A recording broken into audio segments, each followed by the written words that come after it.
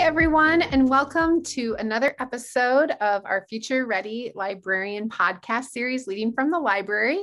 I am Shannon McClintock Miller, and I am so excited today to welcome one of my favorite teacher librarians to our podcast, Heather Fox. Hi, Heather. Hi, Shannon. How are you? Good. It's so good to have you today. Let's start out just by having you tell us a little bit about yourself, where you're located, and what kind of library you're in. Okay, so I'm Heather Fox, and I am located in a small town in Iowa called Amana, which is about 30 minutes or so from Iowa City. And I'm in a K through 5th grade building. And then our library is also a public library as well. Yeah, so I've always thought to myself, like, you wear a lot of hats, but this year you've wore even more hats. And being in COVID, I know that a lot of us as librarians and teachers and administrators have wore so many different hats, but I thought it would be so great to have you on the show today to talk about what your year has looked like and to tell us about some of those different hats that you wear. Sure. Yeah. Well, at the beginning of the year, when we were trying to figure out, our school offered several options for students when they came back, when we started the school year. So we had, just for example, in our first grade, all across the district, we have a fairly large district. And so for first grade, we had over 60 students that were going to be online 100% of the time. And our numbers were pretty high through the whole elementary. And so our administrators asked if the teacher librarians would be willing to support different grade levels. And so I was asked to support first grade. And so I was able to work with 2 other teachers, and then so kind of team teaching, and then work and meet with small groups of kids. And I did that. I think I had 6 groups total. So that kind of took up most of my morning. So I had math groups, and then I also had reading groups. So that was totally different from anything that I've ever done before. Yeah, I'm sure that was pretty fun for you to be able to collaborate with the teachers. Yes. And one other really fun thing about it, since the kids were from all the libraries or all the elementaries in our district, I was able to meet kids that I wouldn't normally meet from the different elementaries. So it's going to be kind of fun to see them as they go through school, and just getting to know a lot of different people and their parents and things has been really fun. And collaborating with the teachers has been a lot of fun too. Oh, and I bet they loved knowing that you were not only a teacher, but a librarian too. Yes. Well, and the kids, I talk about books a lot to the kids. And they love to hear about like the library. So yeah, it's been fun to share books with them too. Oh, so I have to ask, like, what did a normal day like then look like for you when you were doing that with the kids? So basically, well, and at first, so we have two teachers that are teaching full-time virtual. And so the morning started out at about 8:20 with a morning meeting, and I would be part of that. I wouldn't really have much to do, but I would just be there just so I could get to know the kids.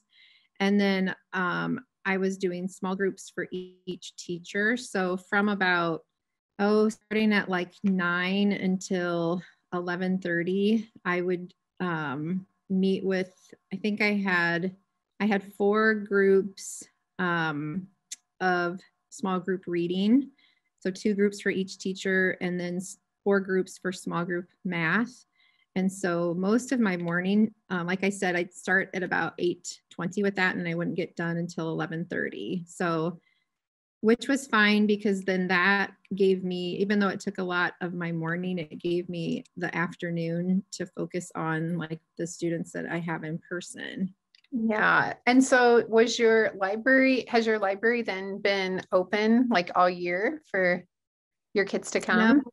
no, it hasn't. We didn't open actually, and we didn't let kids in to the library physically until January. We did not curbside, that's public, but we did book menus, so kids would get to select books that they were interested in, and then we delivered them to their classrooms. So we did that for we didn't start until probably September, until we got it all kind of figured out. And then starting in January, after we came back from winter break, we were able to have kids actually physically come into the library and check out books. So that was a super exciting. Yeah. They were so happy. They were thrilled. They couldn't wait just to we loved being able to get books into their hands, but there's nothing like having them actually come into the space. So I know. Yeah. Didn't you do something really special for Halloween? You like decorated the library?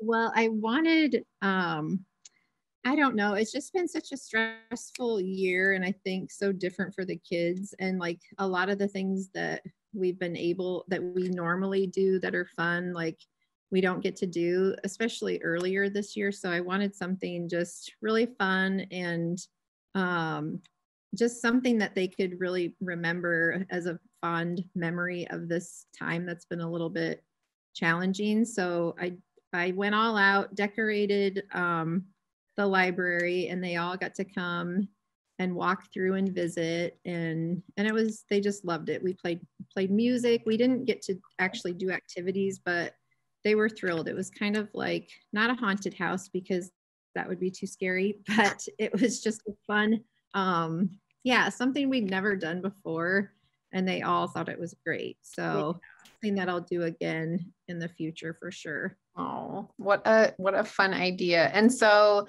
now, are you still doing some of your online learners? You still have some now that it's March? And yes, we do though. So after the first of the year, after winter break, a lot of kids have come back in person. So we've gone from having, like I said, 60 first graders to like probably 30. So a large portion of them have gone back. So my schedule has changed a little bit. I don't spend as much time doing the virtual groups. So just kind of I've had to be really flexible as far as as the schedule has changed and as kids have gone back and the numbers have decreased. So, but I am still doing it in some capacity. So.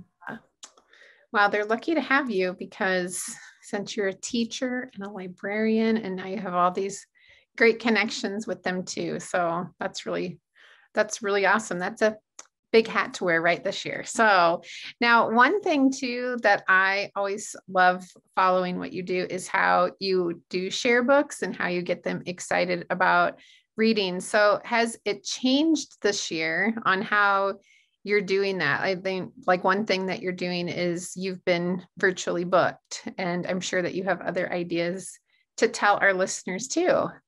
Yeah.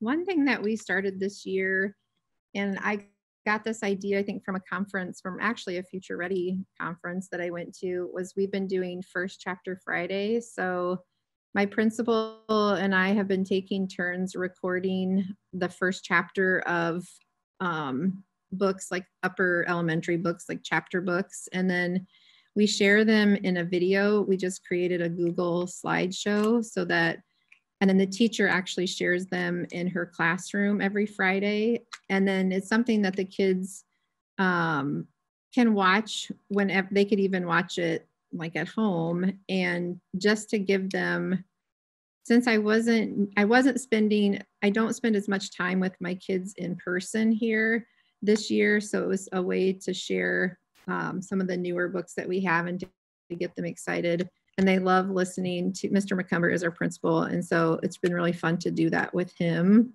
So that's something new that we started, and that has been pretty successful.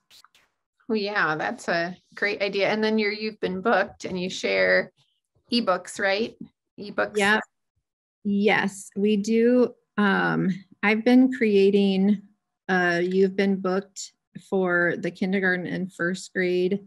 I started as something that I was doing for the virtual teachers, but now I just share it with all the teachers, with the in-person teachers too. So it's just been a nice resource for them to have. And I also think just taking kind of something off their plate that they can every month at the beginning of the month, I just send a new one. So I feel like that's something that I can do that doesn't require a ton of time, since they're just super, there's a lot that goes into virtual teaching. So yeah, something that it kind of takes things off of their plate a little bit and gives the kids something like educational and fun and something that they count on too. I'm sure they love those. And I love the idea of recording the first chapter Friday, because Miss Diana, like, she reads it live, but I should have her definitely record, because then she can share that if they can't join, like, because they have PE or something. That's a really, really great idea. I love that. Yeah. And that's kind of what I thought too. It could be a resource that we could use, not just this year, but in following years too, when we're kind of looking for ideas for books. Yeah, I love that.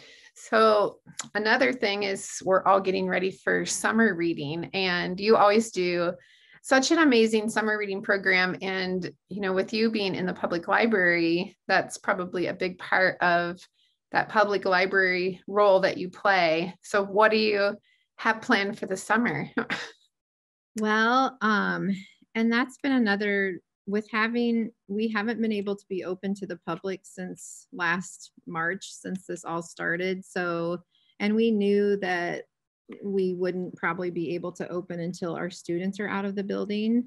So, which we've been doing curbside to deal with that for our public patrons. But I just met with my superintendent and our school nurse a couple weeks ago, just to kind of talk about what it might look like. So we're just kind of starting to think about the hours that we're going to be open, and, like, of course, the safety precautions that we'll use. And I do want to be able, in the past, we've always had special visitors come, and kids come, of course, with their families to watch that. So I am thinking about how we can do that safely. It might look a little bit different, but I'm super excited that we can actually be open and have patrons come back in person. And also just thinking about having things for kids to do in the summer, because I know that they've missed coming to the library too. Yeah.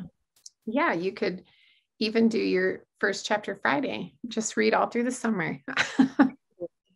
Yes. So many ideas that are already swimming around in my head. Yeah, I know that you just do an amazing job. And Heather has such a cool space too, because she has lots of space for public and also for school. And I know that the kids, they probably love being back there, all the great things that you're doing. Thank you. You are welcome. And thank you for just sharing with us. And do you have any, I always love to end with, like, if you have any tips for other librarians, what would they be? I think the biggest thing is just trying, and someone very wise told me this. In fact, it was you, that you can't do it all. So just, thinking about something that you're really excited about, and just focusing on one thing, because there's so many things that go into this job, I think, and it's sometimes overwhelming, but just trying to focus on one thing, and get really good at it. And I also think just being here, especially this year, since it looks so different, just being here to support the teachers in whatever way I can. Like, I rarely say no to what they need, because I want them to know I'm here. I also don't want them to feel overwhelmed that, and any pressure to have me in their classrooms, but I'll do anything that helps make their lives easier, basically, in anything like that supports them and the kids. So yeah, you're amazing. And everyone, Heather's also my favorite sister. So we probably sound alike on this, and I'm sure that they've probably maybe guessed that, but Heather and I live a couple hours apart, but we love it that we're sisters and we get to be librarians together. And so that's another reason I wanted to have her on, because I get to follow her every single day. And I'm glad that all of you got to hear her story. And thank you, Heather, for being our special guest today. Well, thank you very much for having me. And I just have to say that I've learned a ton of things that I know from my sister, of course, because she's fabulous too. Oh. So thanks, Shannon. Yeah, thanks, Heath. And are you on Twitter if they want to follow you, or where can they find your work?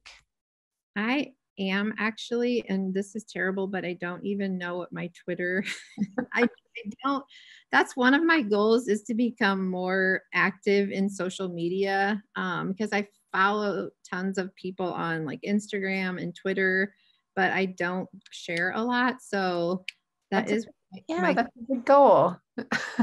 Get a little more brave and share things that we're doing. So yeah, well, we'll be watching. And Heather, also, I think that their Facebook page is the Amana Elementary Library. Yes. And I think that your Twitter is Heather J. Fox. I'm pretty sure. I think so. People will find you, and feel free to follow Heather in the great work. And thank you all for joining us for another one of our podcast episodes. And a huge thanks goes out to Follett, who are our sponsors. So I'll talk to you soon, Heather, and we will see all of you on our next podcast. All right. Awesome. Thank you. Thanks. Goodbye. Thank you for joining us for the Future Ready Librarian podcast, Leading from the Library. I would like to also thank our sponsor, Follett Learning, for their amazing continued support.